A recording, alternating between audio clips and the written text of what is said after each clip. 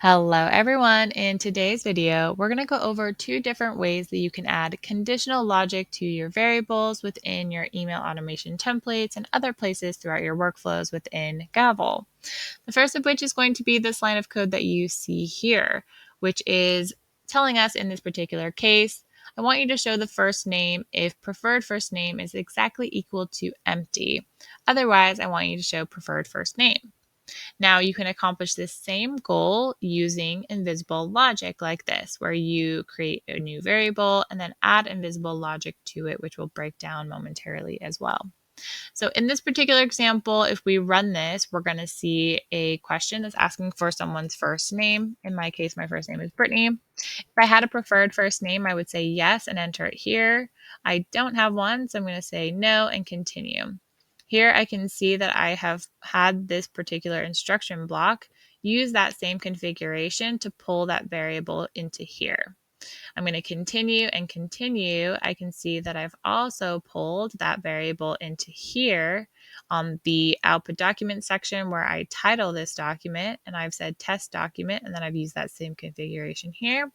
And if I open up this document here, I'll be able to see that this has also output Brittany. And I can also see that in the back end here, this is because I've put that same configuration here by tagging this PDF not to a question, but to text and inserting that code here. I can also observe that I have Brittany showing up on my email automation template, as well as in the output document that is shown to that person here. And that is because all the way back to the beginning, our settings for customized messages has this particular configuration here. Now I've pulled this particular line of code from the Gavel help article on fields and logic in PDFs under the section called adding logic and calculations to fields, which has a picture that depicts this particular line of code that we've just gone over, but just with a different example. In that example, it's saying show the client name if the role is defendant, otherwise show the spouse's name. So we've just taken that same type of logic and we've applied it into different variables. Now, let's just note how exactly we want to do this. So we have the $sign, then an open curly bracket that opens up the wrapping of this middle section, which is closed out by a curly bracket as well.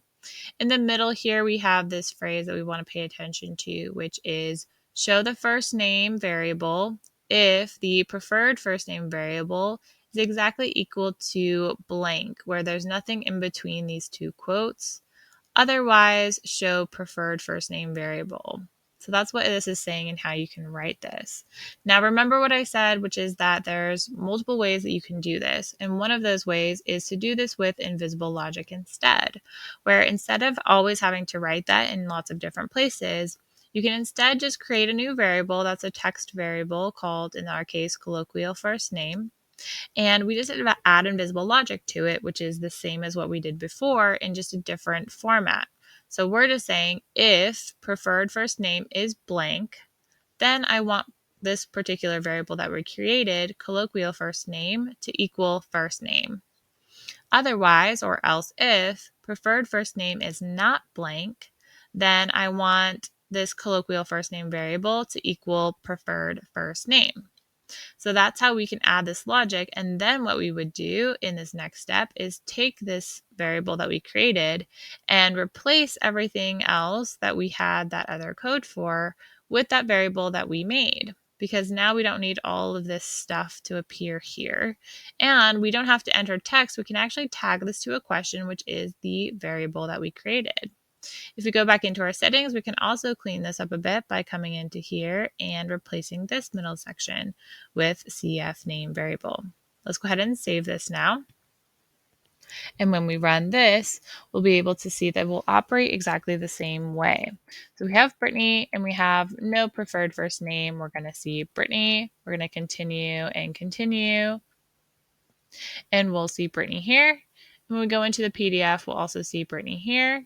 And when we go into our automated email, we'll see Brittany here and here. Now, if we go back and we run this again, but this time we change our answer to yes, and we have our first name as Brittany, but our first preferred name is going to be Louise. And we continue, we'll see Louise here.